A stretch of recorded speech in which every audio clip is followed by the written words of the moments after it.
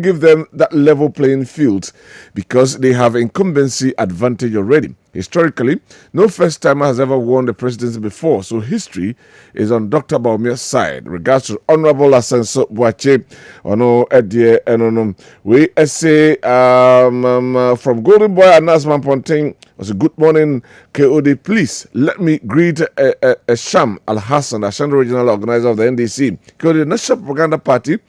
NPP, they are totally confused and desperate. They have no message because of the good performances of the NDC government, and yet they have no leader to lead their party for the upcoming 2028 elections, and they have no men. Then we, NDC, we stand on our feet, pumpy, to wait for their leader. Even if they know they are going to stay in opposition forever, and this MPP never again. Yes, thank God John Mahama is president of Ghana. Okay, yeah, that's it for your message. It's a good morning. I'm okay from Bantama in the Senate West District. The rising cost of living has made basic necessities such as food, medicine, and housing increasingly unaffordable for the average Ghanaian. There is a noticeable lack of transparency, accountability in the fulfillment of government promises, particularly in areas such as job creation and poverty reduction. Many of the commitments made during campaigns remains unfulfilled, leaving citizens disillusioned and frustrated. Ken is going to lead Ghana come 2029. All right, thank you for your message as well. I'm Yaukisi from Tadi. Ono say seriously, GM government must be recommended for tackling illegal mining and destruction of our water bodies. The forest reserves that turned into a Galamsey helped by the Nado Dankwa corrupt administration has been reclaimed to indemnity. Let have hope and pray for James' government because he has good intentions for this country. All right.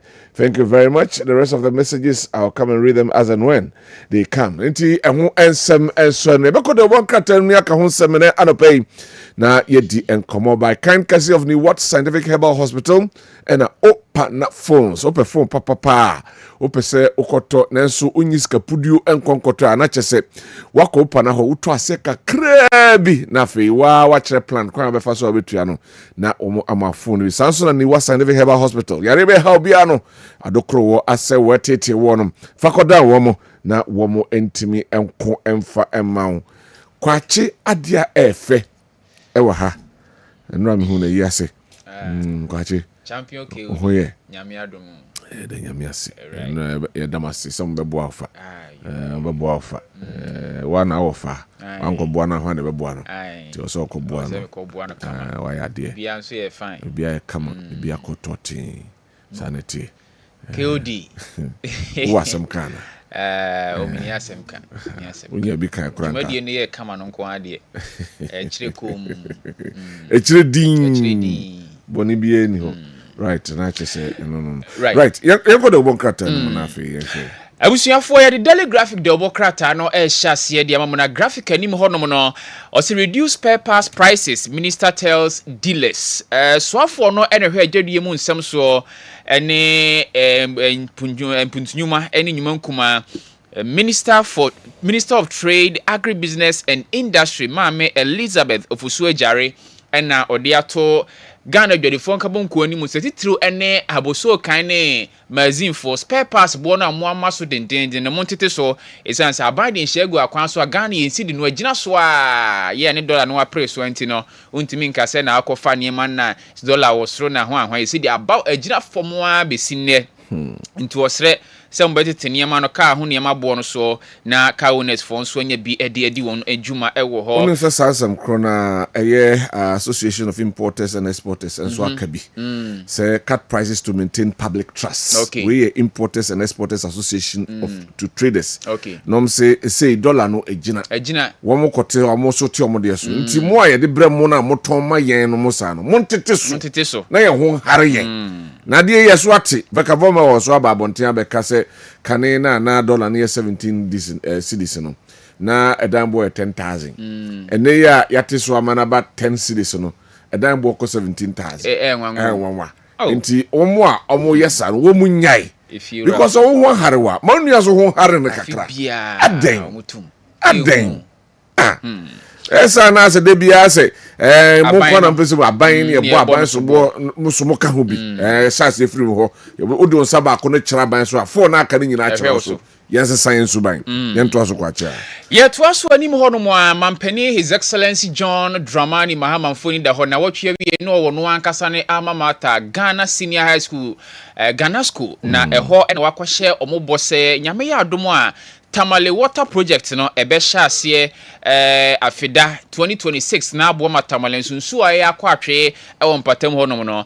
enema nso atimi akosue de ama wonom ewo ho enti KOD rubber industry hails decision to stop raw exports na chese omo so eye rubber ho adwuma wa ha no omo eni age yie pa se abanya hwe se otu anamo wa omunkra no bododo no ano enso emfa enfroman mu enko omabofro eso ase raw materials ne ya na ye jam de ko ne akoye ne de aba ho ne ma no mo ka ho sem den anano Namibia president oba no wasi Africa wasi sorry ne ye gira na so na abrofo na ase omne ye co partnership enso nye partnership ombe fe raw materials na no mo akoton akoye no mo de abrebe 8-10 times ne bo no yeti hanu mo yeden yem kan adwemmum ne ntimi nya ne ma betimi abo ama Africa se ye kura na ekura ye di ehudwa sen ka boni bi anim ye koye nim kura dodo anyway me for the Ghanaian Times emfa entoso emamo Ghanaian Times anim say GRA media to intensify tax reform education for compliance revenue generation we penipa ono eda ano enode ensemi ede to beka ya budget no ebeto dwa say ye reform say be ye betimi abroaden ye tax net no netimi akacha amanfo ye the automated machines ahodo ebeba ye the AI nyina be wuram ye tax no ena Ghana Revenue Authority for SA Omni Media for be carbon na afei womo abbo hu de wuro ye pa mamanfo hu ende hu hia obi ho no hu de ntia wo so otua to because a two no so otua wo hu de fa but anye bia nam kwan so onum nsuo okọ hospital nti utua ebeboa nti monyere adesua mu na entimi enko the name afei renowned Ghanaian sculptor El Anatwi shines as Icon Dubai 2025 we ejumede bia ekoso ewo Dubai na Ghana ne yesi wakogini din wo papa eno enso eho ensem ewo ha afoko urges youth to speak up Sheikh National Congress eno so ewo hanum sei se yenra afoko ka kire mebunu no se womo enkasa na afei National Congress no ho sam na eba ntimwa na enema enkoyi emfa emma party no eno eho ensem enso eno no kwase on ma se Volta region police destroy 4.2 billion Ghana cedis Indian hemp se amanfo yenwi na chese ohwea sika na nkomoton benya na 4.2 billion Ghana cedis isi on akọ akọsẹ no eno eho ensem enso krata no enim KOD the daily guide Democrat no to so mabusuafo guide anim honom no say Ken is Ghana's answer to unemployment na toshi na edisansemi tudwa Ken is Ghana's answer to unemployment na toshi daily guide Democrat no na odinsem we aba yeka say na toshi ene na mu ewo asantimantama ono sugusu ana woton yura Kennedy akomprekwa Japan say NPP for behwe na omwajiru anu atumu na obabehim frank amamanyoko nti delegate anim honom no e no de sansem we enso e de atudwa Nigerian fugitive arrested in Ghana for murder na kire say Nigeria ni bi nso wadi ewo ewo ne man Nigeria mu no wadwane abebo no ho adwa wa ha no Interpol ya Ghana eni Nigeria for bambo for kabo mo do mo nsa aka no ya ebesan so aboni chire edi nani akire mo ewo no ankasa ni chire Nigeria memo Supreme Court throws out application against Heath Goldfields ya enweko menu omudi Heath Goldfields se court demo se bogoso Pristia Mines ne omuni ho kratase mo edi mu adanse se eye wonom ne fata so mutu court abosan se nyina atoagu ye no so no delegate Democrat no ede eba animo ho anso se Ghana appointed Kimberley Process 2026 Vice Chair. Oko Saudi Arabia ni nkramoman no a ku a wo mo atie Kimberley process ya eno ya amane a wo mutu diamond e wo mo mamu no se diamond na utu wo de beba dwama so nko ade a eni se asem wo ho eni se bia tu ye no ntokwa na ekon asie diamond nti se ku no se so magigana tumbia yen na ye vice chair ya enede Sami Jamfi ebenya akwanya na wakasa wo mpanifo no so ani delegate demokrata no ene de sansem no enso aba Ghana for more ideas into mumra Sami Jamfi so de se wori tia mumra so o kan resi kama go ho say mumra me vice na si akwa be mamo chairmanship na ngasa na makwa akodi nti eno e wo honom yento aso hu na yemfa krata no de aka no emfa emrem ayekọ na afa ye de ni achem ye hwe the Chronicle animu ena yatrof Springfield 280 million investment deserves state protection where kwajo poku eho ensem no de atudwa. Supreme Court dismisses Blue Gold and Future Global Resource affirms Heath Gofield's right to pristine mines. No, ena ode atudwa no se nipa me na se companies me na omo pre say Heath Gold for no ena omo saka Supreme Court ato Bluefields there no Blue Gold there no ato enchen nti ohwa Justice Chief Justice Bafo Boni ono nimfoni enso ewo krata no enim. Yet was one near the Daily Post, the Democrat, and also so Daily Post and him honomono as the First Lady interacts with St. Mary's School girls. First Lady interacts with St. Mary's School girls. Yeah, and no one the Daily Post, the Democrat, and the Diaba donates learning materials and interacts with scholarship beneficiaries. Daily Post, the Democrat, and the Disansem no and so a Diaba, Kojia, Munchire Munin and no. Onsa Ebeka enso ewo enimu hono say Ghana appointed vice chair for 2026 Kimberley process and so maka ho asem ya mempese be kombebre ya eno Sami Jamfi na edi oman na so ogia yanimo na wakasa ewo dwumadi no so ase KOD me antoso na for the Daily Searchlight and toso mamo Daily Searchlight said minerals found in cover up over 2024 audit eno ewo hanum ti we myth for omo emfoni e da hanum sei na de krata no e de aba enonum afi oko ase honum a de oche ene say GIS pays last respect to murdered officer and also ewo krata no enim Ghana Immigration Service for no eho ensensem no a ena eno e de aba probe allegations that ministers are involved in Galamsey group to police we ministers a yabo mudin se eba efoma gudie yemfa kwanfa so entu no omo ade omo hagim bia no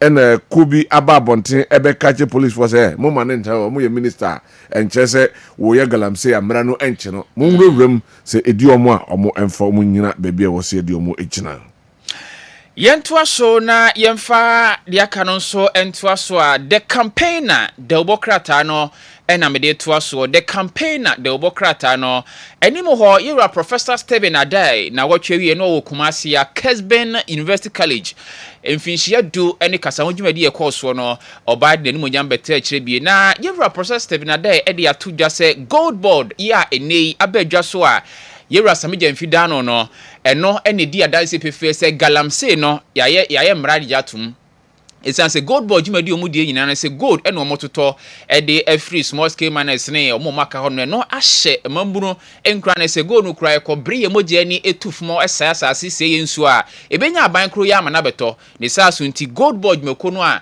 mampani Mahamadi abesi so Sami Jamfi na edano no it said ye legalize Galamsey pepepe gold board legalizing Galamsey Professor Ade Faiz Mahama government eno so ho asem ewo ho SHS to establish poultry and livestock farms to feed themselves. Mampeni Mahamadi asema tudwa se enkokon ketenkete no.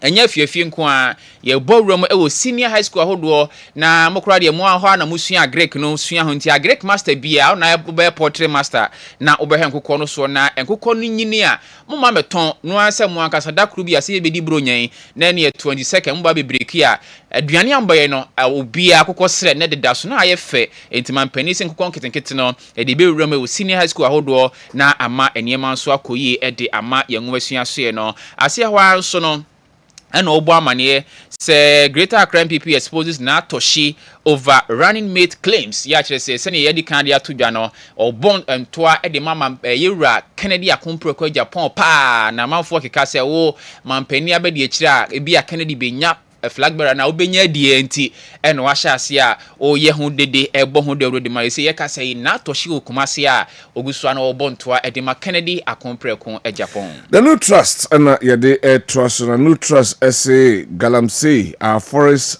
are under siege GIF the atuga say ene ye Galamsey say yen forest and I say yen kwaya say bio ya shadade si o say yen pese bibia bekom no say say no eno e wo hanu say African Jampo is Ghana's solution to unemployment na toshikuru ya na wo kasa say de oditudwa no we piem asantemantem no say penyuma pa ene na nipa wo say yeto abama no betu franka ama MPP Kennedy akompreko Japan ono e wo ha na ode mama reserve me comment na nka me wonsam ka but mama nko nisa na sia na oba o me aka ba na mba nti die na asesa sisia within seconds say nyema na no ka papa nyina fa papa no ho no adane bone sisi isi o say economy no say sika na ntimi ankoyi a na de sheda akofa ne ba so mbe ye economy nti yemu saba o me ba ho no me hu so ka bisa o David wan ka bisa da nti ona e ana person tu futugu ye ana ye need a ho politicians ye need the whole brutal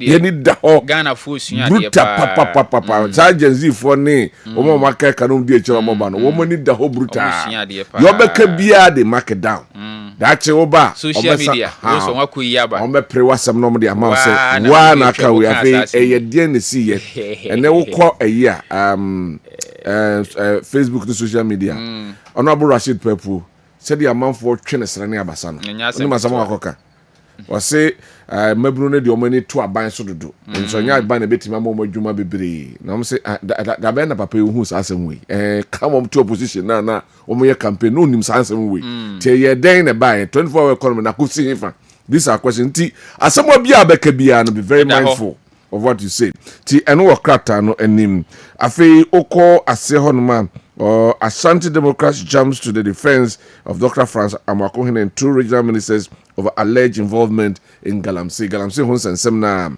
Ena Ene NDC for a war Ashanti and I say co-friends Ashanti Democrats homo akose hey yen doctor ne de man fam some me for no 140 baby a wodwene no home the regional minister wo bona djuma mo bia mfana sam em for no eno e wo hanum say if you just insutem chief denies allegation of harassment and land seizure by his detractors and also e wo krata no enim Wachemfa bakuwie na okay ya de bakuwie dia na the point the bokrata no ene de wie the point ani mo hono no mampani his excellency John Dramani Mahama Mfuni da ho de atodwa se senior high school hodo ye be sha say poultry farm na enam no nkokọ ni nyini a nkokọ nketenkete be ye nkokọ akese a yanka se de atwanum ye mfa ma abonte meton san se ye nsu edibie ye na ye de fa afidi adusuafo no a wonom ewo senior school na homfoni no eda ha Sameje Mfi appointed Kimberley Process Vice Chair for 2026 chair for 2027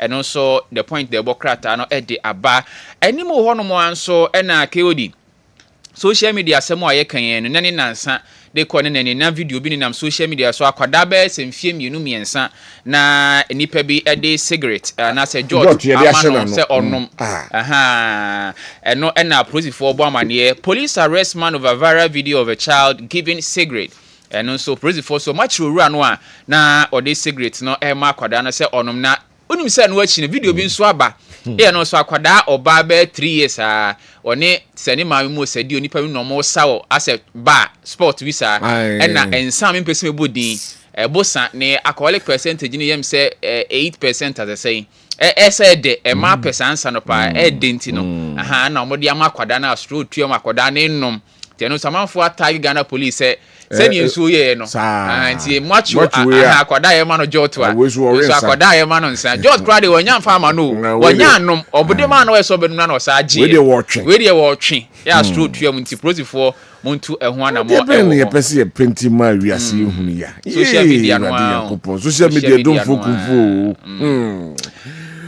Maakye na yemfa to dwa se ni wasa ne Herbal Hospital Dr. Nimo Eneton Safro say yeba a womb na afei penis no said the ase akosibia no ono or repair was sisi e mani gina brane ti mema na se bi edu ba bi akasi ye mewie yaba in fact be ma de ese mentra ho enwu ansa na wawu so ati ase be ma enwu ansa wawu enwu ansa na wawu anu wawu complete na bibia akọ na uma ba bi wu na ba bi da bi ko Dr. Nimo ho na womwa na bibia entimi enkoi sanso no ba so se ema ehu se yes wo ba wudi mu no na che se watimi enya ba ato ona so wummu no anase wa wode no problem aba bia fakoda Dr. Nimo na womwa na bibia enkoi mawo sanso na name obi wo hono ma be ma pa hu na be ma 10 gram tum se ye be ma ni osi etai nyasem kuma na so sabi wo ye ni na che se yo no gina hono ya se ntini nyina ni ye nyina de otumi ye nyina ni ame anka bi sanchara wate ko Dr. Nimo na homwa na etumi gira brani wotsi a wotumi ayo mensem na tum se yes we bema na ho ensem enonom afei eno akiri prostrate na problem aba home eno so obetimi abo asisiu wo sa obrebo ana wakoma eno so how ewo ho obeye firi ho ama afei kokroma hodo bia adokoro wo obetimi abo yi afiri ho ama enum kankan yade ha obo ho betwene se anopa awia enwumre still ehonko yi ko na Dr. Nimo emwa na onsasa yade no emma afi infections ahodo entehyewa eyemojamroso eyesichire yade typhoid fever yemkro emubuye dompene hunam na problem abem etwere hepatitis A, B and C and afi obi hormone che na ne refi asem wo ka kire no se busa ha ko na womwa na onyisa yade ni nyina mfiri ho emma na yewo services a yes cancer service de behwe mu aboaw yo machines akese aboa am ye hwehwemu yie pa anti yade no bebi asuma bia no kwakoyi no aba na yayi no afiri honom ye adwuma ewo kumase ne nkra no pa no son ebopai mu ekosise no nsia bebo anwumra adwada ekosimemenda na ye adwuma no kumase e watonso mu nako junction ye ne adanso rural bank ne de enum hwe nkra mile 7 overhead na ekotantra kwan ne so no ye ben Janet corner fraying 0244 087 687 0244 087 687 and 0279 087 687 0279 087 687 na yenyo so O pana phones beji mobile phone emmo na hye daka mu na fadi ujuma ene mese wo tisika pudu akoto mobile phone na ye person so obeto phone na wie bedu mebi na onya sika kra mfa anye bundle emfa nguso na nko social media so na kire se wo ya ye niam bi ensem fata ne saso nti o pana se beji mobile phone no emmo no hye daka mu iPhone, Infinix, Samsung, Huawei, Itel, Tecno nyina ba onsabeka na watete no kakra sane abrochiro kwa ye no na abrochiro ntimi tisika pudu 5 billion na de akwakoto ka na dem de bi abrofo no busa nti de mawa bia emfie du emfie 9 emfie du num bu okra 50 years bu okra wantiting yenu wawu ya monye ese bia na nke nyina enkoje ka bia kanye ni se malam ka bia oyusu malam ya waye mobododo na nado eti opana phone se baji mobile phone no na tete ne kakra enti oba na odo Ghana card aba ye dia dance se o ye Ghana ni na afi nto asesi card beto ase na de aba na eno ahyemu nkran pa sa akwanani abere pa me pa choba eni ubesi nkonya se da bia na benya sika de aba eno aso sore no pa na kwenkwen no asani sika de aba ana bia na enu bia na wotwe bia na oye bosumi adwumenti bosumi bia na benya sika de aba bosumi ne sunya na wadi hu ni kwenkwen no asende aba ana obetimi de aba so na wa afro card de aba na aye kama pa yaso eni minu okumase adum ha dedi kan ne Ezra FM fodi ani hwe ena de tosu minu nsia ne Prudential Bank ena edi ani hwe gina ben na frɛ na oni open na eni nkomo ka kyerɛ mo sɛ obabaji ofon na so atete ne kakra e wo 0200 866 455 0200 866 455 afi 0248 255535 0248 255535 na yebeje oso right enti yaba ko 5 videos na yadi nkomo kakra ba na afi yaba be di dwaso sam de aka no abeto so e de amamo na no memenda na Professor Emeritus Stephen Adai obepiem ewo Kessben University College yomra Kessben University College na enya emfie du na ode ensem ahodo ebeto dwa But proud to that, now the president of the university, lawyer Stephen Boateng, and some ahodo atudwa ochre enei se nyame adoma yen chade afi besimu no mampani ebetimi ama university na chata na chese obede no ho na chese wono ankasa etimi run programs ama certificates bekaya. Some of the programs, they are under the University of Science and Technology, Kwabena University of Science and Technology, and penny pa or that school no ano lawyer Stephen Boateng do na friend Ura Kwabena Kessben or kasa no de ensemi etu yenti ensema papa yi editudwa efa se enche na chese university no ade no ho na oban ebemano ade no agina brane no no ankasa enso etimi award ne degrees and certificates. And if all things go well, once again, we at Council have decided that subsequently this will now become a permanent feature on our calendar. And therefore,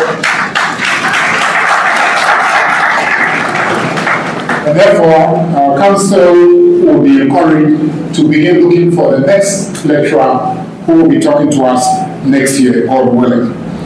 We also are in the mood of currently preparing to receive our charter.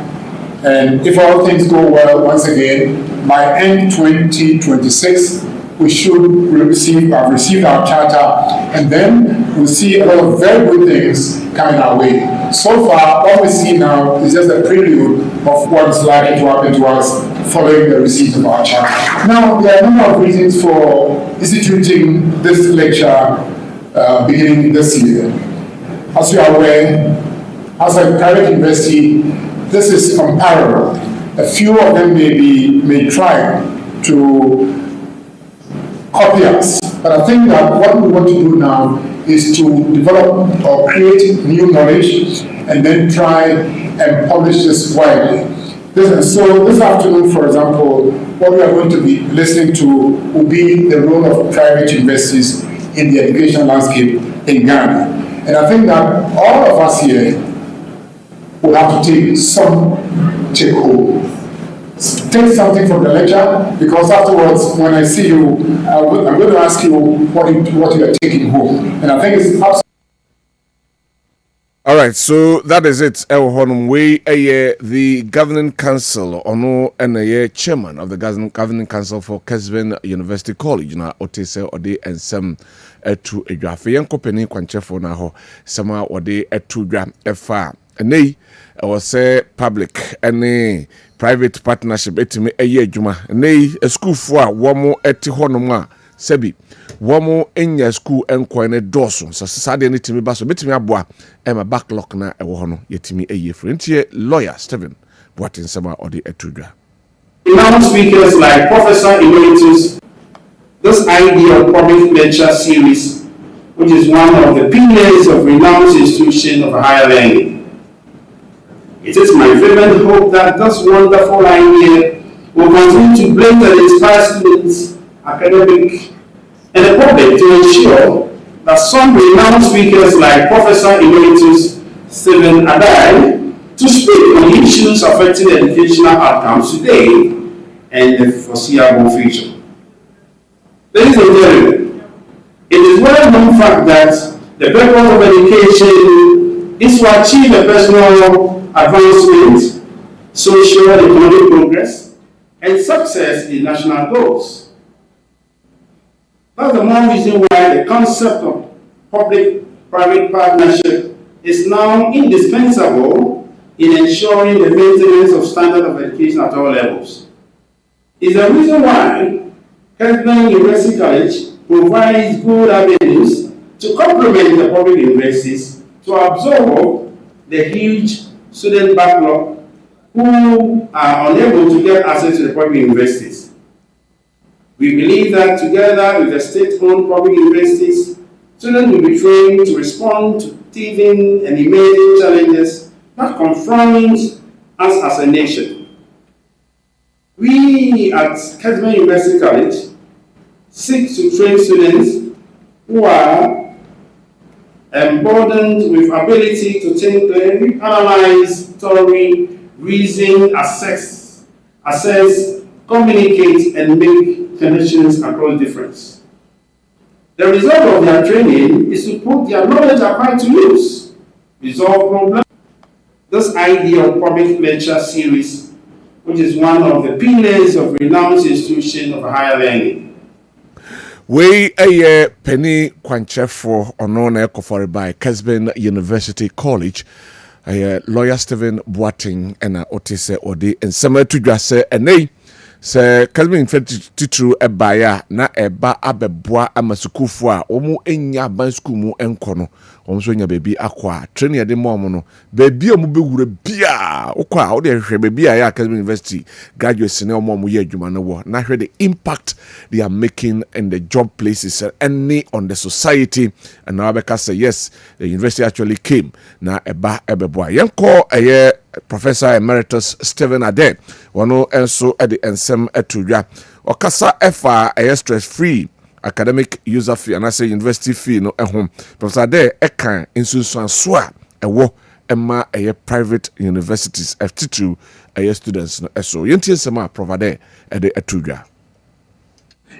Interestingly, it's playing a significant role in education in Ghana, university education. Interestingly, the ratio has been falling. It used to be 20%, but the public universities accelerated their admissions, and also the government policies, as I will be coming to, made it more and more difficult for private universities to get students and to play the role. For example, for whatever reason, the government decides, the current government decides that first-year public universities should be free. All that is saying is that don't go to a private university. And so doing, you are disadvantaging and not recognizing. And it's largely because they are not recognizing the role of the private sector. Private universities, however, play a significant role. As I said, if we are having private universities are accounting for 15%, it means that they have saved the government building a whole university like Legon or Tech. In other words, the private sector has donated to this country. One of us, at the policy level, there has to be a quantum change in the mind of our politicians and our public sector. The tendency is to think that, the private educational institutions are from Mars and the public one are from Venus. No, they are educating the young people, the brains of Ghana.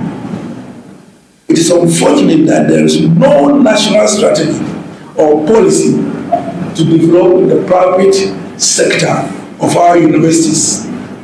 Where still, if anything at all, national policy has been systematically and inadvertently made in such a way that they put the private universities at a disadvantage.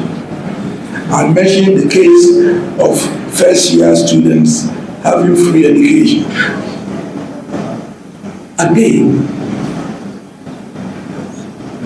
why?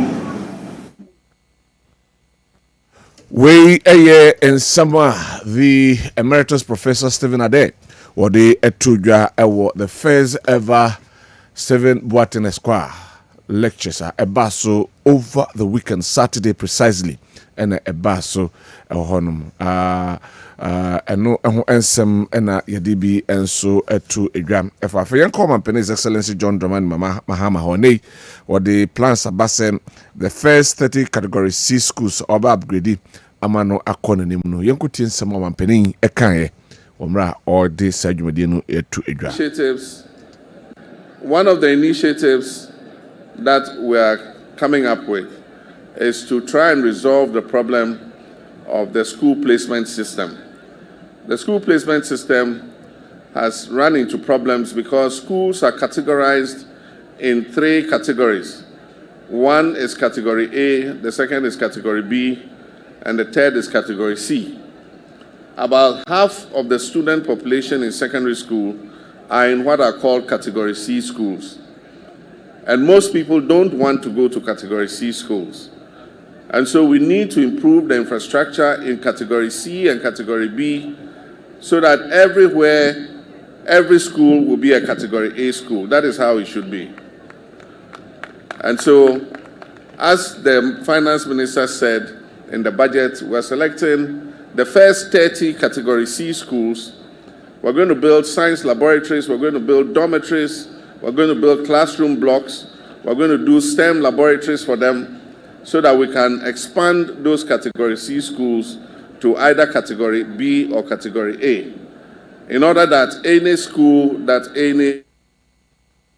We, His Excellency John Dramani Mahama and Otinenka FA and A category C schools and number upgrading amano ako category B and in Korean. But Nina no say at the end of it all, Nina be category A schools inti ebe do away and I say ebe yi a year semi struggle no ma pe school and mame ba wo pe category A school Nina ebe free honum and say ebe kodwa so aba na honorable Elvis Dapa ewa hanum say ibedi enkomo kwaje yenko dwaso dia na Toyota Ghana Limited for na sie nto abusuafo nkra say spare parts na so mo pa cars na parts nyina no wo mate so ha mo chichemu edunum 50% enti oba ade na ne bo 100 Ghana mo de mo 50 Ghana cedis fe enti we no wa Toyota car bia Toyota Tundra, Toyota Tacoma, Toyota Hilux, any Toyota Camry, any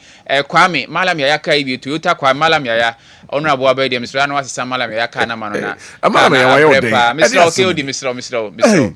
Minu ano no na me pri di amano nti honorable ha die aha because ne kana bre yie police for correction on wonchi no because police for so mo chia koya offenses wo mbanye won car no ho kora no enye offenses ketwa enti Toyota Ghana simen kanjo se Toyota car bia isu bia no enoboru o maso e bia no a car no part na obeto no say fender say headlight say bonnet say den ne bo ne atoso de ama 50% umpe ne de na ope pepa cho enu twamu a yesan so ewo eye Toyota Hino trucks nso na Lexus use Lexus a onso oka ho pepa cho wura ya so e bia ton Toyota ho ne me bia no na bra be di eso mfa so Toyota Force en kan chirom se Ghana ya so omumu ama mfi bebru de ho nie ye ne omo na edi juma enti se omo so fa konya no so na omo aboya ba so enso ewo ho juma die no e free November ye mo na de December nya wura December mu ne December wie pe na je se sa ne me nyina no eho eya esan no the electrical parts air conditioning parts ne part ahudu bia no gearbox engines ne ade ne nyina ho ba 50% ya teso de ama ya onsa ebeka gina ben na frɛ na ne mpanifo ni nkomo pe bia ton so a 0322 026 375 0322 026 375 afi 0322 027 837 0322 027 837 na yebeji oso fanmok esien kan kire mo say emfinhia baako adiosia enum 65 years ni ombetena Ghana ha no Ghana for ya mpamo ya anyomo kaka ya so mumu ene omo di dwuma ne bibi omba ya baby ya gi ne edi ne yebo enum tontonton omo so diase asida no ene say fan yogo ena afi fan choco esei no omo peja emudro no ye de 15 grams e de aka bia on tisane na onim fan yogo ne fan choco no te say okwa akoto a emu aye do more e de ama ya mpanifoɔ mo ho amane ntuti popi yogurt for aben no a na obomodin aben ho na akwaje o fan yogo any fan chocolate say de ya pagya emuduro no ene ne de no beboa amade ohia bia no onsa enso ebetumi aka me fan tudwa se ene momo mensa kapromo no wate na unyante am fan to anim se already about 10,000 people no matimi enye omachede ni nyina na se ye de 2 million Ghana cedis ena ediesi honom se ye che ti onsenya nkaya ententem a download momo app no tem na afi ada se obeseniska ana se obeyiska anase ode bank ede ziska free honom aba wallet so anase obe save ana loan investment ene ne nkro ne ba friend is saying point of service sale ni nyina no ebi ewo ho momo transactions ahodo say a free partner platform so ni nyina qualify or say wo so betimi enya saske ya ye chim na de tie say de bia betimi nya 200 Ghana cedis de bia o utimi ya o ye ne o ye ya no nya 200 o chena ba ye nya 200 afei na watwe o betimi nya 2000 Ghana cedis na afei bosome de na chese 5000 any prices ahodo a eka ho ebi a brand new yellow base routers afei kona ko download Momo app no wate na use for transactions na obetimi nya the ultimate price a 100,000 Ghana cedis eno de na chese kane no 1 billion Ghana cedis ena ye ka ho ensami wompi we na peden to use platform ya maka nyina nya na say Momo platform ni nyina so a o qualify say price am abobrin won sabeka ade na wo twen ko na ko download Momo app no na fe ye transaction na enche bon say o banka na say Momo wallet na esre scan ko ena egumo CFAO Mobility Ghana eye car ho dwumadie na ye die enti oye car na ope car obetimi dia ye adwuma Kumase enkran Kumase aflawo Kumase tumo mepa cho wo mo ede Kenlong buses ediaba Kenlong buses ediaba kire se otena mu a emu ye comfortable kama passengers ni beje baby abe charge o phone baby adu nso be sie bibia ewo mu a car owners ahodo a mutie no ope bus e dia 24 be kwa bus mdwe mu a bibia nsi a eye Kenlong buses a CFAO Mobility Ghana for edi aba no contractor for enyimu mu oye contractor na se ope cars akesi a odi bedi ujuma ye wo Shackman anwaka kesie bi no ya oba won sabeka bi na ye wo fuso trucks eno so ye cars akesie ye de niema guso e de ko Burkina ne ade no trailer no eno so ye de fuso trucks ni bi de aba eno so onsa ebeka bi afi backhoes na excavators ni niema eno so buan ye di kwan no eno so ebi aba lovo backhoes na afi excavators eno so ye ade a CFAO Mobility Ghana for e de aba unsu tie obi apo pickup bi ana SUV cars bi e de di ujuma your Mercedes Benz ya mo ahodo bebre won sabeka Mitsubishi pickups SUVs ni ahodo Suzuki ni nyina no oba CFAO Mobility Ghana on sabeka ahye nyina bie na watimi e de di ujuma enti obi a yenyi obi amu obetimi abana ka bia pe bia odo di ujuma wa na odem de akọ ujuma kakrakra ni ade a ni nyina so onsa ebetumi aka bie Kumase ya ye wo adum Hapa Road ho no mani ka before na edi enemy hwe agina ben na frɛ na onim panifo eni nkomo e wo 0501 353717 0501 353717 afi 0322 022 201 0322 022 201 Biafan to anim say Milo Champions League no assign aba obekaya eteki break kakra na obehwa be mfiedu asani ena sa dwumade Milofo ede esi womo eni so a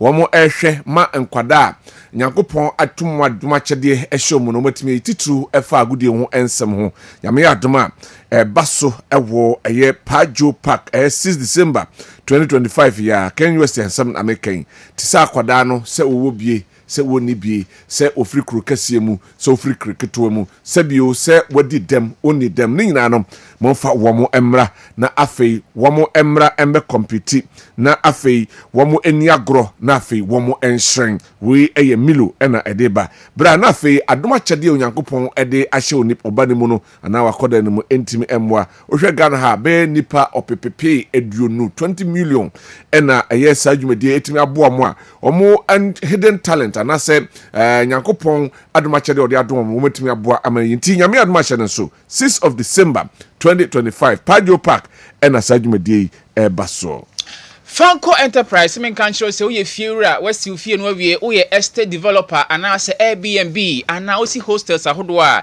obehia Franco Enterprise kwan be so a edru plumbing side na plumbing ho niam bia ohia bia pipes ahodo ya obehia de water closet ode be electrical wires be family ade de nyina no Franco Enterprise oba na so ya busu ewo ho afi ewura dwaye so a jacuzzi afi shower baths ene 4-in-1 showers water closet nyina no yade a Franco Enterprise de abaka na hye no se promotion don komini ebo no brabaje odie na yenko afi China doors Turkey doors na cabinet basins ni nyina no oba Fanco Enterprise a wonsa ebeka ne nyina bi wa bra ya tete so brada so ti wa ma ho anya ha bronya chede ene de ma wonti bomodin a na oye fiero na se contractor na se oye estate developer brabaje sa dansi ne ma we nyina nanso mo a e ma odwumadi hu nsɛm nkonkan yahye ne emienu de dikana e obofodo uduru ho no mo a na obusa Fanco Plaza obi abɛkyerɛ mo aba bɛgye oni ma no fofofo e na oba dum so a oyere perf machiro no ma ye ne Tony Sack Electricals ane di ani mehwe e ho nso kwa wonsa ebeka Fanco Enterprise number ye na frɛ na oni mpanifo eni nkomo bɛgye odi fofofo e wo 0551 011 767 0551 011 767 afi 0555 04 7929 0555 04 7929 na ombeji oso Jericho Hour eye ahumrache mpaye ebono ukrade bia ahumrache no num kopinse no sia ebeba pem e Bethel Methodist Church kwada so na bra na yenim paye yemmom paye ntutu ahomone yobonsam nkansie ni onse ye tamfo kase pa no ti oba na asofo na ewo ho no aboawo na wotomane omo na oni omu ediesie na wotimi edi nkunim na also de woni so no wotimi nya breakthrough na afei nyema apini wo down nyema achichire wadokro wo na wontimi no ho no wotimi ade ho be share very Reverend Kwame Amwa Mensa and Reverend Joyce also drew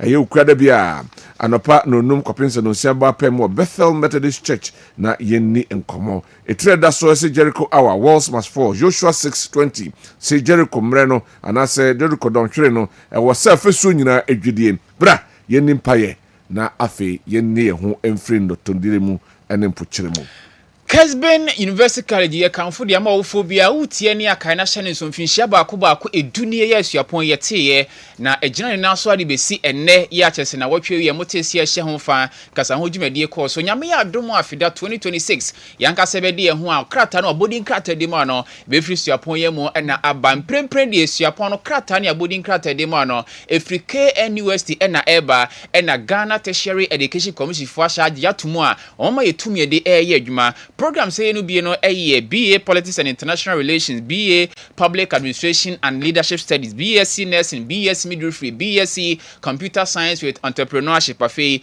Business Administration Options in Accounting, Marketing, Human Resource Management, Banking and Finance. Adults where we senior high school worker English, Math, Science, now the latest from Yensaka home and be out there no failure subjects no be a money how when you're 25 years they conquer with me about 5 forms, semi mature applicant no aba am yesu and abuma manwa yo performs bi ato abra Kessben fia wa dum asida house enkran so Kessben asida twin towers e circle multi credit savings salons branch bi anso no onsa ebeka bi na Kessben University College main campus o kontina say any city campus e wa dum for 0501 6373 83 0501 6373 83 Yet was to the any chemo Kessben Travel and Tour. Kessben Travel and Tour say akonto mu nsem de fabeda no san say ene wan hwe obi do nsa be hyebo ase connection my phone be omonia breeding den ene sika pudu omo hwan ade fro manfo nsem onya sinkuma untu kwan da na opa akonto ho afutuo akonto ho adwenkyere ene akonto ho akwankyere a eye Kessben Travel and Tour ene wo se oba ye fridi dwuma enye ne ye wo atenaye connection my phone busan ba bi wo a wonkyere da bia mobile phone so ne WhatsApp so na be di nkomo enso Kessben Travel and Tour the oba Kessben fia wa dumaseda house a onsa be kan ewa ha ticket and reservation ye bi ewa ha afi travel consultancy obaji akwanto mu nimde afi hotel reservation bia opeso otu kwan hotel akodane ade o kwase tourist ehemfa na peso okwa akwansra no ni nyina no Kessben Travel and Tour be san hyewe nyina de amawa ukoduro bi ma so oni so enya ontanta bomode abra kumase adum ha aseda house afie ye mu ene enu mo ha gina be na frɛ na wa peso otu kwan de enko ema connection ma bi emfa won san hye boase number ni 0209 434999 0209 434999 yebeji oso Christianity Got Talent sebra na yemfa adoma chede no emfa emma bibia be kama oba no wanya mfinhia be miensa de kronkwan de afane bra na omra beka ho ye bie so ya hyase di dwuma no Kessben TV so juada bie ne ebo anwumre no ngoche pepepa Fato Kessben TV na hwe ma oba no so ntena ho no hwe be san se oba no hwe a nyame yada season 2 ni hyase a omo so betimi aba no ma be kire de omo so ewo talent se yanyum to se ya asa se ya twene bo nyamsem ka nsankwa yie obi ameda ne de adie na adasan ho ne nyina so ento aba na odi nkunimu anam so amonya eniema bebre e de afiri mo Christianity Got Talent, let your light shine before others. Keodi. Right, we aye kwache adia efe ena otin kwache. That's it. Yamin sharp. Na mamenko na mema Honorable Elvis Osemen Sadapa ono na ye MP ma Ahafano Southwest constituency or Hanum. Honorable na chese eho ensem eno no. Right, enti yamko akodin komo na ye won sema hodo bebre a ye beka no ene anopei yebeko ne mpesua so yebedin komo e de afa yebeka mankranso senior high school for so ho nsem e kakra na yahwe NPP akaba ebusu mienu ne nakakra bi na yekoto aba eyi frankatuni e de ama party no so yebedi eho enkomo enso e de afa ho. Honorable, good morning. Good morning, Mina. Na boko de Ajanadum na muswe. Nyame adum ye ho ye papa. Parliament boko. So far, so good. So far, so good. And never cost. Yes, me say mama a government tough time. And a tough time. Or mine no you okay. You know, the kind of time then I be to say the rebate say kuya boy and some man. What I want to say is you do musa, but your presence is being felt. Romania, so far so good. I mean, for Kwenya so na me chiati for the teacher and then Afano Southwest at the share wo honina omabo Jumaden papa esan se penfo se ba ku for ye dra egu e primprin ene ma hoden ene minyansa se de twenko kai no asa asafarade ene kan ye the SCA biano eye memanfo achitai pa omunya ya omde maame eno ne sabi ana adefefa ene yehun nti mecha hafa no Southwest fo nyina titru ofajo a wodome abra mpasa so boga 1 ana Louis Kwabena mole in fact mugina mfimfo na se mo bo game na ofa rock ka ho ofa rock ono so e wo mpasa so ha sounds na party mpanimfo nyina ene party ma omo ka ho no omo ka ho na so nchiakase enkoma Afano Southwest adehye wona omo tukwan ene omo te ho nyina. Right, we Honorable Elvis Osemen Sadapa and our telling can appropriate time you may be because I need the for you may be a kind of mama, but him honorable din come na fe yahre. Honorable, yahre a primary year basui. And no better say, a debachi obeti say. What is happening? Ewo MPP party. Asamominia. Say and nobody say and beti say as a party no nipa no bina womo press yentu franka mom no ye nipa ni bino esi hono mo a wo kena we huru we wa ha adechia we huru ha no sei o hwetitu abronye ene nsema wo kafa Canada Japan ho no wakwa akohwe Africa Japan so a nsema mo ka edefa Alhaji Mamudu Bawumia ho omotutu na mostly ya na sansemi efa wo ho. Yeah, I didn't come and say afina wawai asemenanim. Say nche bia be since wiem about some few weeks ago. Ma ntrahan ne ya tem didie ne ya sabi di obi ka e di ato so ne ya threatens. Sabi ya mo bi yeah. Remember say trainees. Ya schedule media a friend amano sem ase. No, so the fact that yeah first timers does not necessarily mean say so intimate ya dream. Yeah, okay, I am any sem. A Ghana for party for na a nim sem. So what can I say? Timpendi, I told you any. I told you what party na. You be say ya. Well, and net you be say ya. Minim say anya hwe ke wati bibi kakra. maybe a tram, you say Elvis, same man, Sadapa, or the candidate we actually, Kodi we actually. These are some of the facts I mean, running for him. A no crack. Obiza, Santa Fongo, my Tiba, Kuni Mubakona. So swan, son, and now who do you move to do? Okay. My cost one so, my cost one, son, and I'm so crazy in car. I saw a crazy so can Maybe and I'm say crazy no more do change so an son. Sa. A crazy and wine, and then Dr. Brian Champon. Oh, Salmon. I see. My cost one. I see. So, oh, share near man, costa. Even my boss, Dr. Brian Champon. My father, Swatchiano. Why MP said them MP? He's a colleague. Okonenim. Our brabo. Any pan num ananka ejina. Den am yenu de omode adan ntokwa. Na miensa de o mayetin. Pasana yemu bi ejaya hora. 2 ede entitemu eba party nim. MPP ye party na dawo no. Ameka se enye nne party se bi nipa numa omo preni ni na no. Obi aba beto party no. Let me put it that way. Yeah.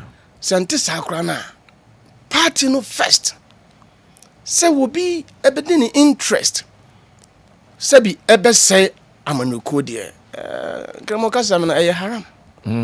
Ena de papa Personal interest. Now they personal say interest. a kuning in a. Imagine. Okay. And no position you call ye mubi. Ye nipa man ka say akan pa. Because enye easy. Say oba be member of parliament. Inki kom awodin kom energy kom sika kese bi kom ebre kom nti se ko wiesa na asonom yenu se omo kontokwa aya asase ene bre so de ye bu be no na oba na MPP party asonom yenu no ntokwa na omo kono eye hwanya ene ne mpanifo mie na wadi kan da wonadi na yene a yedi akire ana party ma ka ho no especially the delegates omo na sofa they suffer in the sense say obi na obi de omo ko omo ntoka edru baby obi si obi eye adwuma tia obi na koso ye down for a whole lot. I believe in political party. Say party some edra sabi after nkugu anankunim mean for research in the agro. We need to conduct research. Den ebisi wo babrum. Bra Joshua ede Israel for ko okun. Na it got to a time onyankopon she on boss say omon ko spy cry your friend ai. Na according to the Bible papa bia wo yenum ba sabe di ba your friend Ekan. Bible church say mo bia fa ne sanko enka ahyirade bia wo kronum na so bra mo ko spy na mo ko hwehwe krom wo no mo ko aye ne ohwia ne ho afa bibi e de bai na sajonum ema Israel for edincho emprempre aye ka say Bible kra ya research so ye busa ye ho say edie na ma ye dincho 2024 about aye course research na buy no emunsam ni ye pinso bebre na bohum musua na koka asama obi ahunu eye no kre ho na beti atem didi ho na beti wasum chacha kucha. I mean we need to be serious and we say ye ma ye ni da ho na ye je research tum me nya me fancy o me research e kire me e wo me grants ma me hu say even me prime minister na me ko marry ne me ko so hwe na research chem say me na me ko pede ayeska say ye aye bre say ye even yan kwan na no ye de toso ana ye de twachacha got the probability say oh ko campaign no be sure ko ma boto is something I was here consider emprempren research no mo nsem no ye mu bi kra yentimi nka for now emu enye no hu pese but so wo boba ko se uwa se robots bi na begu media no so fake accounts ni ye di watem ni ye threat o threat no threat akwese as a part no penny ye di also because physically Ghana for do na ehuna the property obi aba obekane almost every member of parliament aware but ebi ohwa sabi shuru ni akokodura we binti they all pretend So sisi Dr. Bere Champo or a defender. And young papa for our Kenna was so many more feathers. I know some more feathers, you know. Sabi Bono a babetowa no omo kontoka. Omo pre. Eh yen tokwa omo pre. Defense nso de what do you do? Obo modern and say ye mama show. And this one man nimo ho am bo anhye na boy ti fast na ko hye na ye ne de. Ya ha woni na ni. And na me say party no just ye de ensa hye nipa woni ma ye mu bi ye ka ho. Now no Dr. Ben Champon ye ko Sunane and na my ye campaign. And another team e ba be see mechi or constituency. Even though mo invite me but me mo hu say me so my biza. Me so me ye medjuma. As a member of parliament. Na a whole member of parliament, your friend Dr. Ayub, a free year, a free just to call MP. Sabi, etime ko bomedin, e kan sem editiame. What Budin say okoye sa our constituency? Of course. Dr. Ayu. A free year. A colleague, a senior colleague member. Eko kasa na fa ho constituency. Unya, ye be call primaries. Some of us intimi ntwantro nyama no sem. I was a full supporter. My Alan Kojo Chematin. Okay. Simply because when me boss, me wofa, my dinner chairman da pa, and the shabra boss. Okay. So me saying when say me busuani say boa papai, na ma reject say me mboa. Emma sadie way Emma party loyalty. If that's it, yes, okay. Free say, wo baby for say papa na as at that time, no say a member of the party. Our MPP mo. And the same poor man to sana mona. Obi deserve say, obi ba betiam say, why you see be you say. Obi a wo de ope. Sabre no me so me ka share so. Na do initiative fa, wo de ba ya. Sabi wasesa galam say ana otu anamopa. Emma or dem rabi ba ye say ye embark on community mining. Ni yetime to anamo e wo kunsu. Akwenya community mining.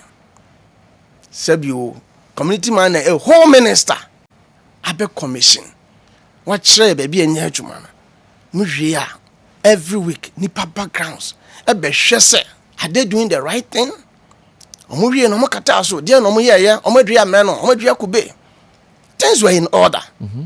All of a sudden, penifo gadaye ka omo hu bom. Masisa machines ye wo ho nina. Ekoye simply because akra ne so na sponsor lunch matin. Sebi. Me uduro ye sen. Wow. Nipa obetimi a wo me. Kwan be na mefa so a me na mekwa sponsor na. Wow. Me ye mafam de kakra de boan. It's true. Me say penifo betam machines close to a year approximately. Approximately 1 year. A ball community. Go for being. Go by in mass in the first place. So you have dream we are quite first show with him say adiana we and I said illegal and a coso. There's illegal there honorable me could do cabaret there. Commissioner no sabi penning for bit to say o 2-4 here hene me am chrome hene MP ano what so DC ano wo ho like chief executives they came to witness the program. So a ban is saying, and all of a sudden, mo best sa machine sing. Me tre whole letters and crater. At that time, what's in the so the mo pass me lose primaries. I have no problem. I didn't pay anything. Obi obeka se kind of mammy primaries. I am throw. E true baby a ye hwe nipa bi suban a ode te community. Abrabo bi a wada no so. Sabi the relationship between one and the youth mpo ona obetima wo no. Say no what here, na nipa mbia so atoaba. Ampeni ampa eventually. Yakoto aba empty handed. Ya wuro me hu nyina say eniko asesika de bi ba mensem biem. Ampa ya go company no. Makoso a kire omo say de asie ni o, omo say okay. Now I won't lie to you. Sadie way Emma delegates wa for no Southwest get that momentum called to aba 73%. It should tell you something. Okay, my baby PC for now. What is next? You call general elections. Machines need to go for BM. Me can't send BM you dancing.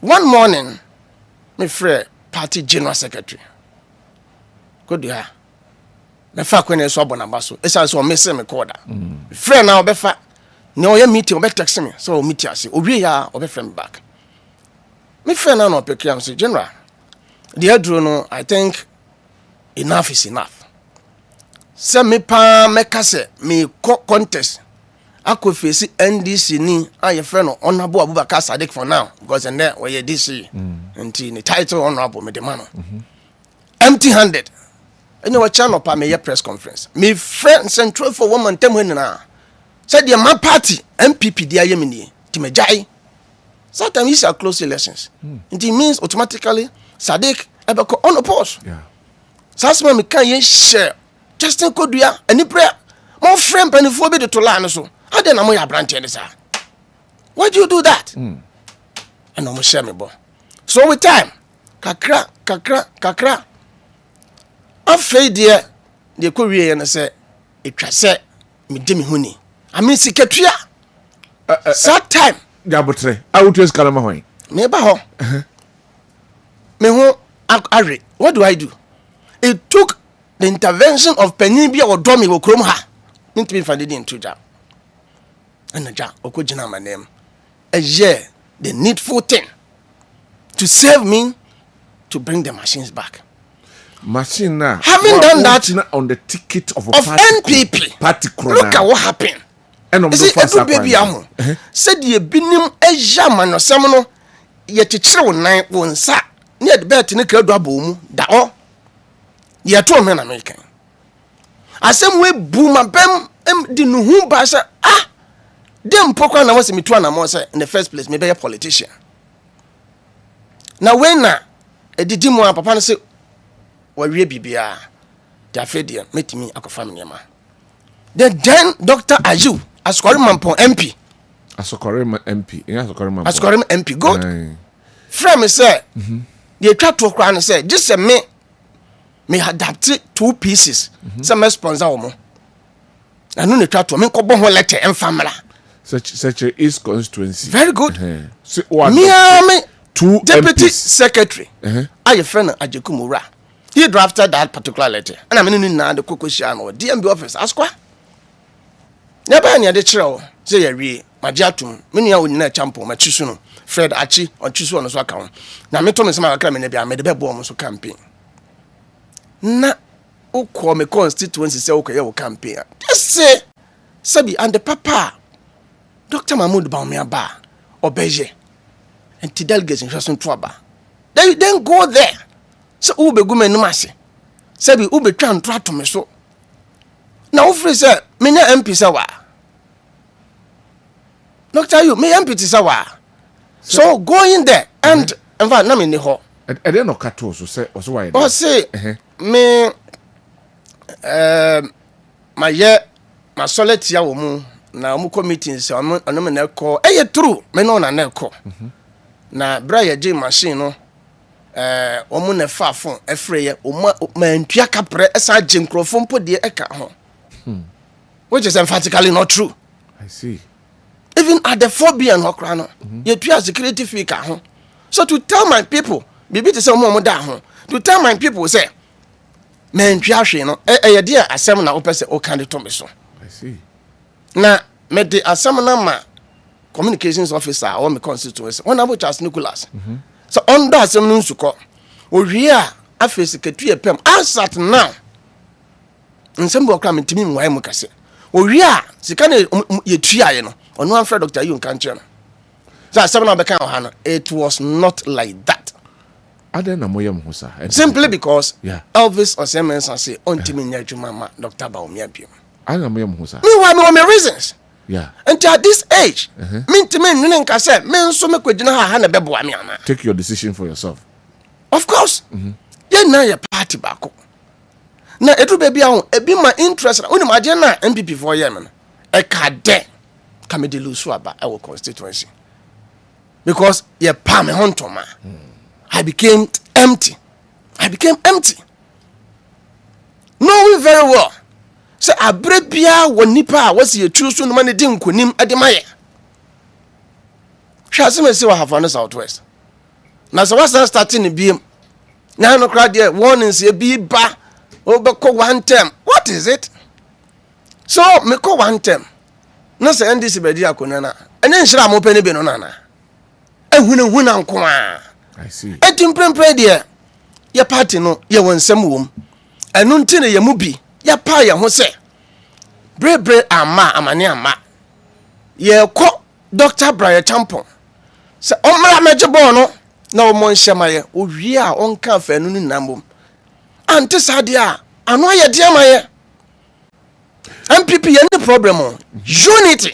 That's the problem. I don't know me ne yaba na ba se we atiafa ha de na ehwa amaye ho etimi nua. There's a big challenge. What do you think? Say what again? The ma worry. Say Dr. Brian Champon ba on the bit to me. Aje partners, you know that unity no. Abre party no. Well, anano na oba me constituency no. In fact, somebody ka catch so your colleague MP. Yeah. Me ne na chamber. Severally na on me kasa. Papa, o de won support me kra na. Me call constituency. Meta mechi for any na meta mechi. Keke. I'm some any problem. Meba. Me call ya me tie ni message no. Chief. Had you an attack? Share the doctor you call my constituency one. Me hu ba akokra. O kana sem no sinaposo to the point to say Afano Southwest at the NDC for radar so. No be adapt constituency na kan e de no ho. Kwawu de no ho. Se ne be ya obe energize base no. So wow, what a message. Now the otimi kokonya baby. Sabi na wudi obi atem. Na another group so konya baby, no so atro man way. Wo mo yabobo mo pa yenta media so. You see Dr. Brian Champon campaign. Me who say dey no bi wo. And no na ma me vim. Na delegates no so no more na pesa de no. Obi enjechire obi ntale obi ho. Obi had na adwen to form. No what tie message aba. Ah me no work as yes aduro bejewa ya trema. Unim owu ahwena. Now no Dr. Brian Champon ba me constituency. Me party officer anwene ne se. Na krobia na constituency bia ya nim onyam any party office. Common council say na go hade ekoso. Ene ya roof is where ya sliding works. Plastering ekoso. I mean, he is capable. To me. And about 80% of the delegates in Ghana, to be precise, we've chosen him. About 80%. Of course. Tien trouble ni we na be onya be 80%. On say media ya na me kasa me the research here juma. So the last be me no share say no matter attack aba me so. Primary sin ko ade marry ne. Me we are general elections so marry ne. Yeah. I dey na cause of constituency. General elections. I tell you, I don't want to mention names. Me nim penimfo kuku dan. Nka nijiem na woso mo na boa me 3 times per eno mu bi e apia. Emu ba ko bra me papa na poba. The person came. Dr. Mahmoud Baumia ba. The person came. Chama wuntumi ba. The person came. After that, asa. Did you be dim for na chini? Imagine. Party o. I je wunne o this year o party ba. And this MPP, yan kan yan ho amoma unity na mba. Ni ase de bia be mi obi mene. Se kwadi obi achi. Emwa. Abatuo ehu che wiase bibia. Wada kana nipa ne ko jam camera mo ho. This o mi an me na ocheche na okonya adaka no ma. Camera bia no hoyi. Wo be de ho so to ma na wan to. To you there, Brian Champon could clock around 80%. We are going. Dr. Brian Champon is going. Now me to me after this month. And I may be yet me campaign. So far, me no na mu China and me no ka say from here Accra. Airport to Accra. Yakobo parliament no, yakobom kakra. Brebe mo a campaign so you say them. Ade na ma who say Dr. Brian Champon is the man to lead MPP and to lead Ghana. One, pet to me with MPP man. It didn't kind your credibility. How capable you are. Sebi. Nipano should be someone without a dent. So should ye a binimo say omo hona Dr. Benya Champon minyahwe de omo force say omo ye mpodi ato no so no amfa hotel no de na ne wo ye ton ade na so bi so ska obeta we ne harama wo me den onko di o mai bi sika onko ye hwe yemfa adwemu humu enni kan penifo na kwa akansi no ye ni kwa your titles miensa wo ma obi abo no doctorate Dr. Benya Champon ka ho bi o deserve ye party for no ye pe wo bi a sabi wa wo hwe 2024 nsema to ye etu wo ye for various constituencies ye mebu ni ehye table ase na nkrofo fayaba with that alone delegates to move the sanity there anya hwe Dr. Benya Champon we di soldier wa America abrochi memu pen anya hwe kra no sabi kakra won nsema you know enema ye kikabum de yama no sem obetimi de aboa anya hwe kra no wasua nwoma enso akwananima obetimi ne nwoma sem no so aboa ye anya hwe kra no into IT abana ye beto no I tell you obetimi ato aba ye bedu collation center no na wo bi de nim de ye technology ewia go ne diem anya hwe kra no ne nim de a sabi etese jo anochi ana boro ne de so no otimenya sanim de no so such a person me so no makope den nti what I want to say and say for now Dr. Benya Champon why ye ni so ade hu why ye nipa without one no me nim de MPP be ye wasase so ha biem obi ha deserve afata nanso emprempra me no ka say de awieye mremu Joshua I friend Dr. Benya Champon say ye nyana me nim de abeto ye 2028 ye be nti mefa sa konya su ye Joshua Benya Champon a me nim de be ye de beto MPP before me nim de abeto ye for now because ensem ne bi wo no ma say nya wo be kan obi be ji wanu ase bone a one Dr. Benya Champon was the unifier, the only unifier. You always say that. So Only unifier. The only unifier. Then why a unified party? No. What is your two your prime minister ni no penifone be sintu dia to won. Onya kokodro frame mu bi no mu kasaye. Onya kokodro simple akande akra no ebi mu ni nsan support. Obi beti atena. Ade ye ni hanom na alanchamaten sabi abufo baaye awso free party no why na timi approach no so okopa chompo ebe de okwa I am telling you Benya Champon will call that man back. He will call that man will call him provided he wins. I am telling you a friend saying Alan Chamate will come back to the MPP. I'm telling you today. Brian presidential winner. Alan now walk to UP plus no be say by MPP. Try to was here. Try say some way to on. O dey try to hono. Maturo ya record it. Ebi mo so mo mpe no. Ebi so mo pe no. And the fan say obekọ for no say ko obekọ akọ. Obe dey akọ na ba. And obi say fine. Say me metima nya tumi abefa wa ba. I just my be flag bearer. Me be here kwan bia me for so do wa ba bia no. It's a promise. Dr. Benya Champon aka me gina hobi. Waka me te hobi. Waka maso we atibi. As simple as that. I see. So we said the party ni mo say MPP party. So do so to form. Now you good observant. What you should know. I was what me kan wan say party ni mo ya chebe 6. When na be kan niema 6 we abom. At what time? Brebe no bi betima kire say. Obetima tie obi say jade wo ye no. Brebe no bi benya kokodro say. De wo ye say party no. Na I think with time we men ka say a point line. And no den ho beba. Yeah, won't be fine. So consider age now. You underrate us.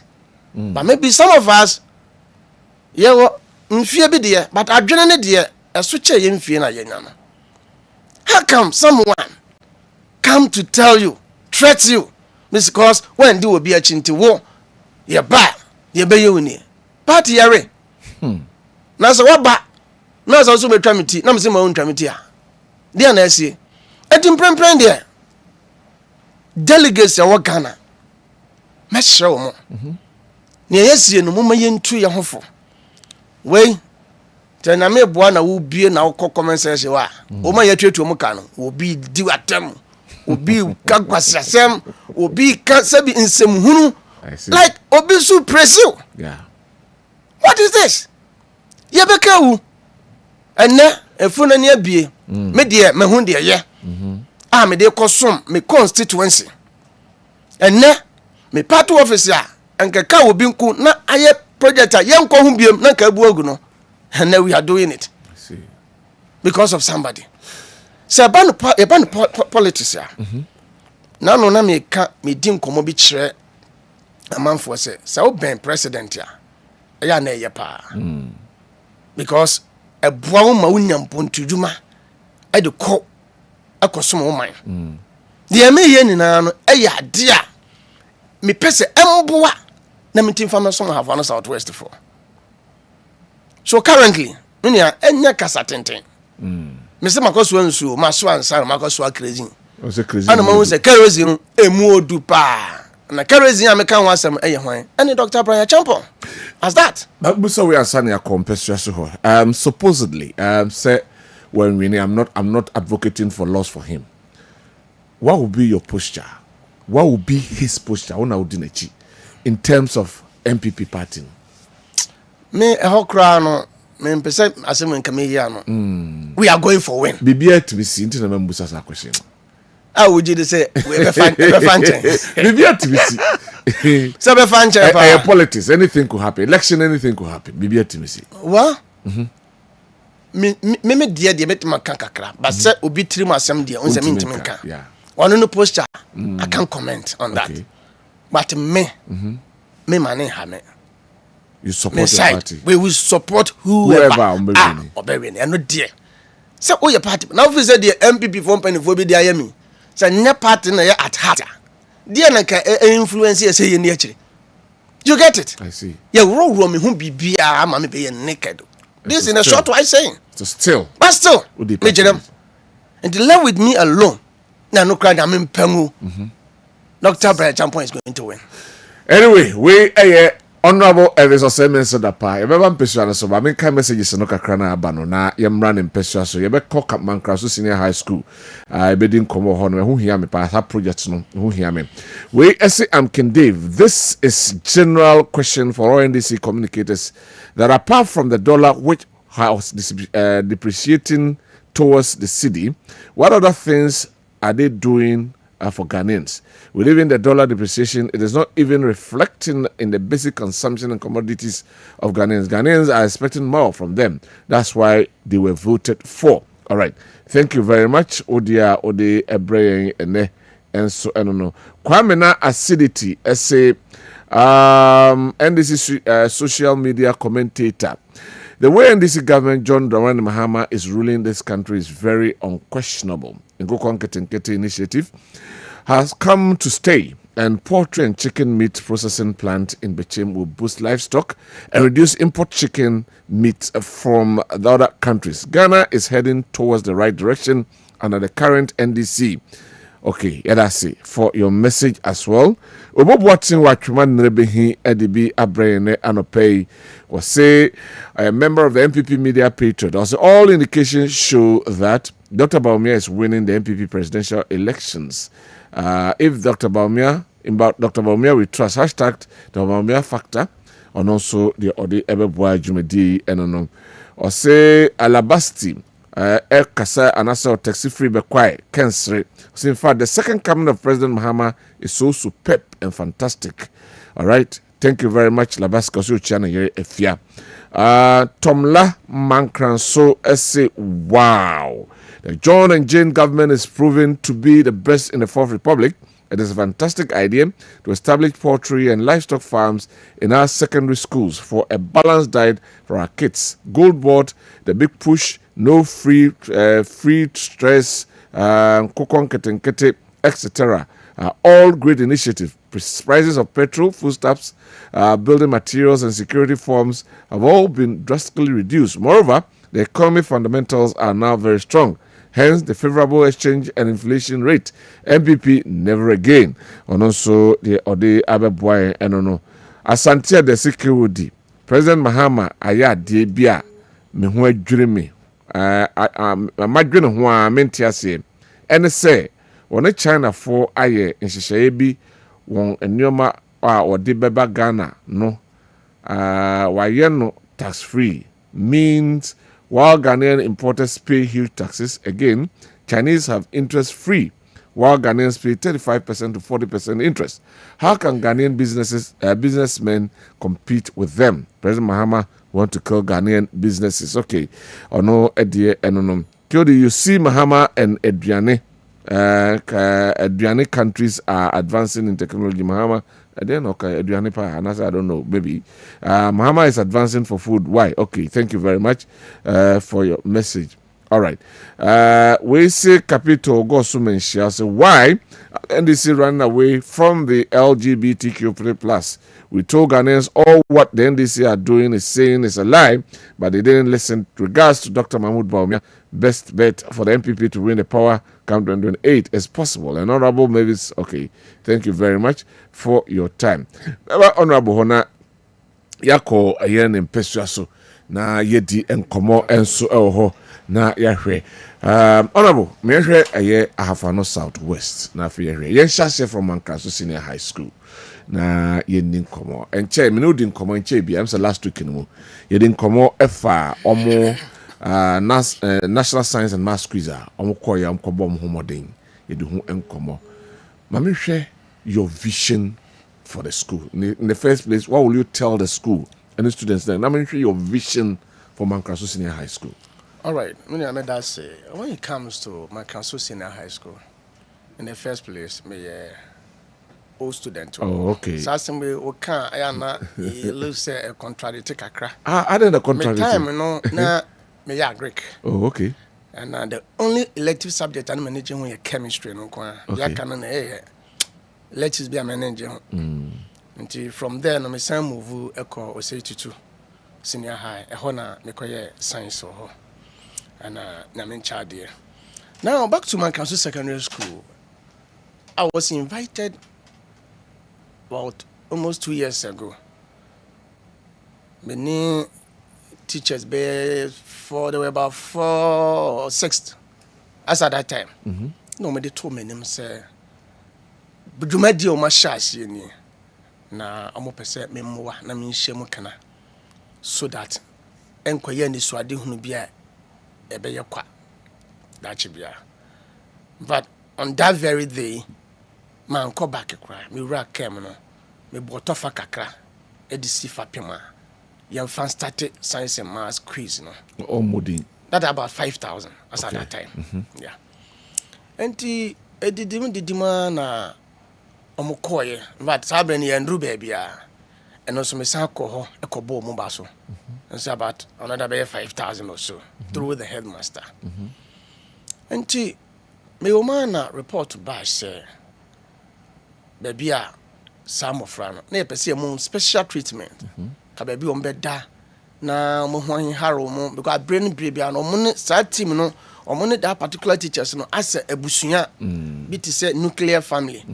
Omo ti bomu wo ye bibi na won ti ase a I was all the time omo no maduane na ye aduane no eye enwoma no yes eno nko an nti as at that time na laboratory chemistry lab hona omo da because omo ntimi entra environment na ye boarding facility na eno kra nkoye omo na ye den etimu no nti na wo se de ekoye na ne se yamboa na renovation na omunya bia papa bi nya de enda fine sabra mi to anamon e kon because na wa ban mu anka me pa approve bia at least girls dormitory no metima ye special when be na matre ni mu okunkoms dormitory another part dormitory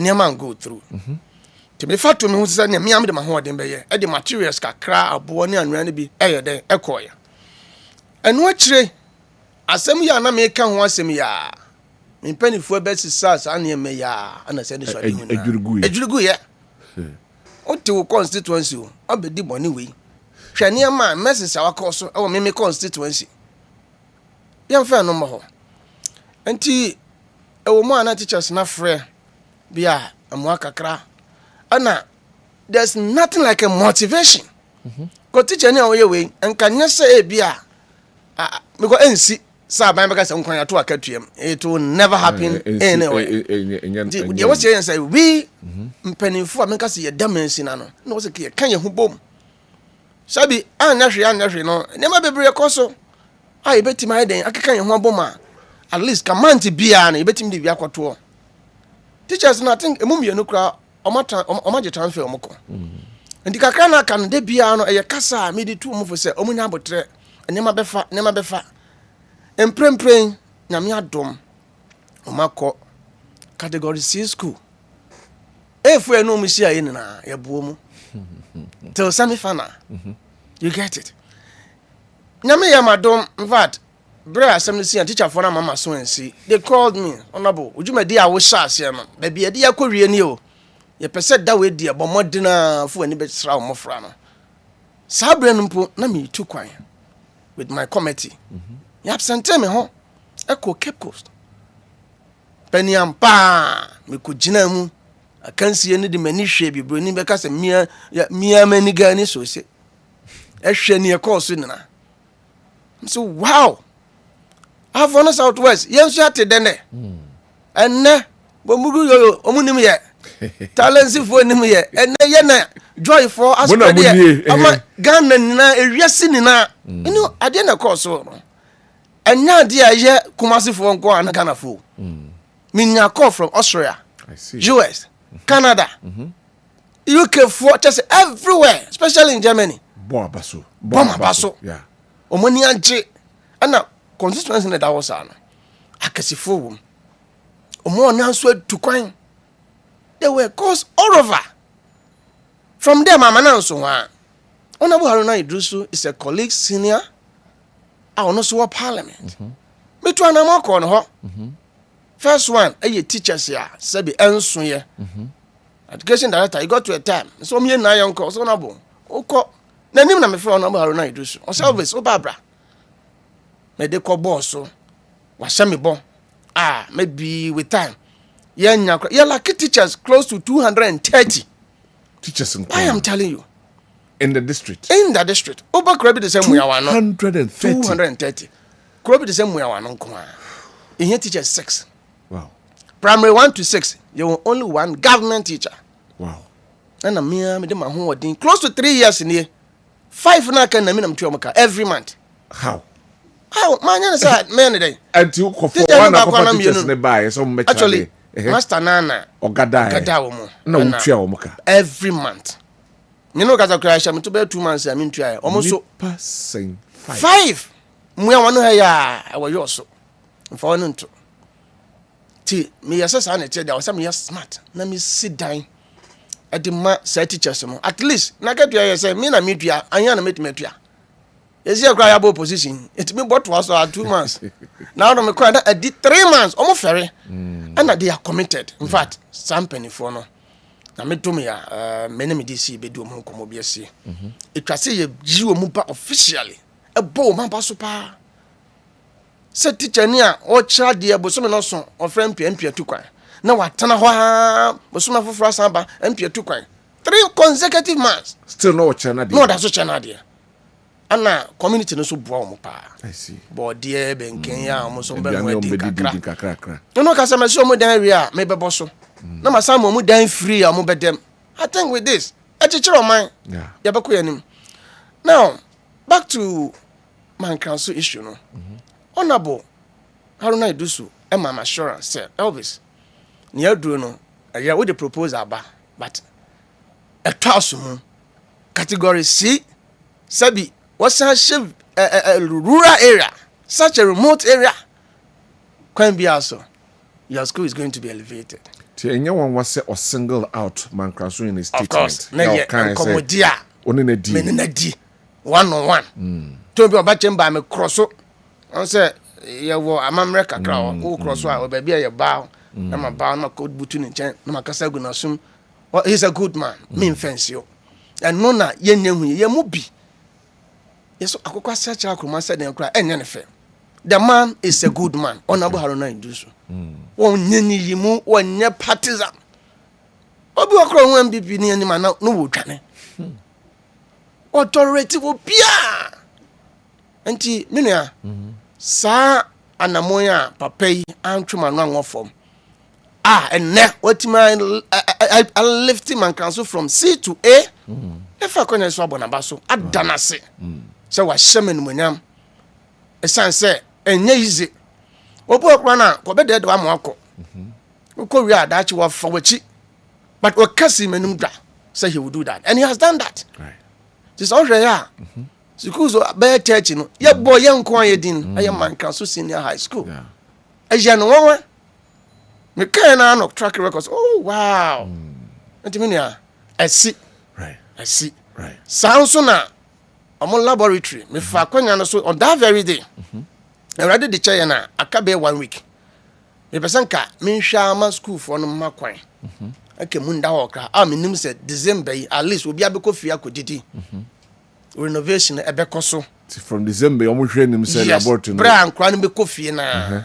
I don't want to call for any distraction because some crowd was coming out pam your body now. So it's not about sabi me hona my home one answer yet. But at Debiano you need to plan and plan it well. Yeah. Until vacation here because you or mumrano na renovation no my jerry na afoma who say bosh no so I Michelle no. But this so and then again a teacher for no so me da almost papa. Ba ko no ko St. James. Wa lobby kranya mka say me din share no watch on check chemistry onka ho mama ombo akola e fi na kro no me hwe say me mama na ye ntientia wo ho no wanya St. James awoko I see na me say fa kwanya sin so in fact my gaso secondary school omo like chemistry teachers ko da no hwe ya chemistry no mo di kami aye pa ti na me jot points be on this note phone so how chemistry no dia me mani tinsa omo tinsa what is happening ti area me gina che na me no mo di nko na me hu say problem ho chemistry ni there and for simple for ni dey ni papa I see na dey ho no all right ya brano so anesa mpeso so kakra ba 1 minute or 2 minutes then abeka cha mpeso so for ya me mpeso so for there sabi onyankopon hira ana brene na me dem mo enya afa no southwest for mpai ba kame mawu kan crofobia me yesie me enti onyame hira ana me dey ma afa no southwest both MPP for and NDC for na me da so ka biem me da NDC for no so asepa do baby no be to basket and browser it tells you ni mapa bi anipa hu wo mu enti omo so onyame onhira wo mu baby a yadure de afa no southwest all the way pontunduma enkoa me da mas. Right, Honorable Elvis Osei Mensa Dapa ena otinin kano ya brena swanesa na ye sorry na yako me wish birthday si na afei yen sorry na yenko ene mo fanche ntimi mi ahomatrofo no me say bebie yen fanche at appropriate time bebie na ye de amamo ma yenko ne sei na yen toaso. Happy birthday Sronko enko emfa emma our beautiful daughter Irene Kusi Yabua. Oko school was St. John Williams Montessori. A year, a what time or so. Also, may the Almighty God bless her with good health, a long life, and more knowledge from her parents.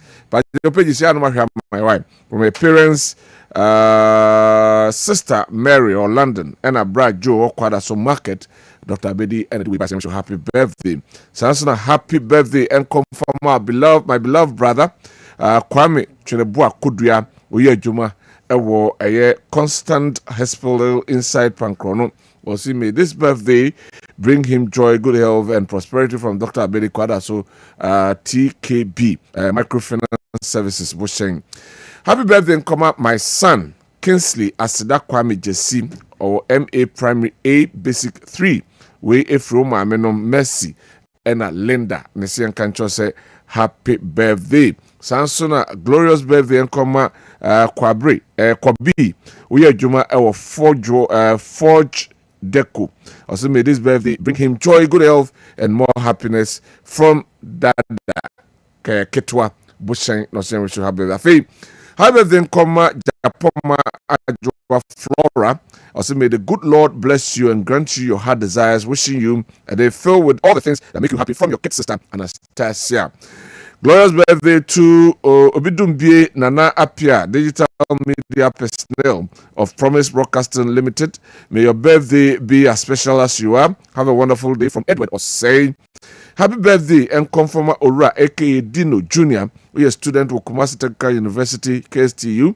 May this birthday mark the beginning of an incredible year filled with dreams, success, and happiness. Happy birthday, Nkoma Felix of Wenchi. Also, God bless you and may all your dreams come true. Enjoy your day from Kelvin, a manager, ETK Hotel, Wenchi. And also, we should have birthday. Samson, happy birthday, Nkoma Frema Ahwafe. May your day be filled with love, laughter, and all your favorite things. Wishing you a year ahead that's bright, beautiful, and stress and blessed from Sofu KK. Now, see, young wish you happy birthday. Na eho ensem enso enonom afi me fa happy birthday from Queen enko fa Emma Asasijima. Hey, ane Asasijima birthday. Okay, Asasijima Metro Director NSS Ashanti region. We every malam ya ane Kessben killed in ho Kessben TV4. See and we show say happy birthday Nyankopon enhraw na wonnom na womwao. Yedi dwumadie no esi Anessa ne ye programs manager Samuel Kofi Edu Boache Sami Edu Boache Church Bells Fame ono ene na woda ti PM. God bless you, God richly bless you. Oma ni obeye nyina enkoso dendin ye mawo oma onyansa na fa run your station no na enkoye enso emfa mawo yari dwumadie no esi ama sports crew no aba betrase na omo the midfield action the Monday edition there no e dey abraya midin e dey Kwabena owusu Dankwa madam ya na ishe dwumadi na ye dey ebramo Kwache Stefan wono and the director show no e dey emai afi Samuel Sapper my friend Sam Sap wono ehwe sound e dey my the camera ene omo boaye e wo technical and control room ho nyina na e beda wase MCR4 e dey wase na technician on duty so e da say Yakramo, Yami Adoma, and Repem, Vesatienka. Bye bye. We'll be right back. Gotta pay some bills.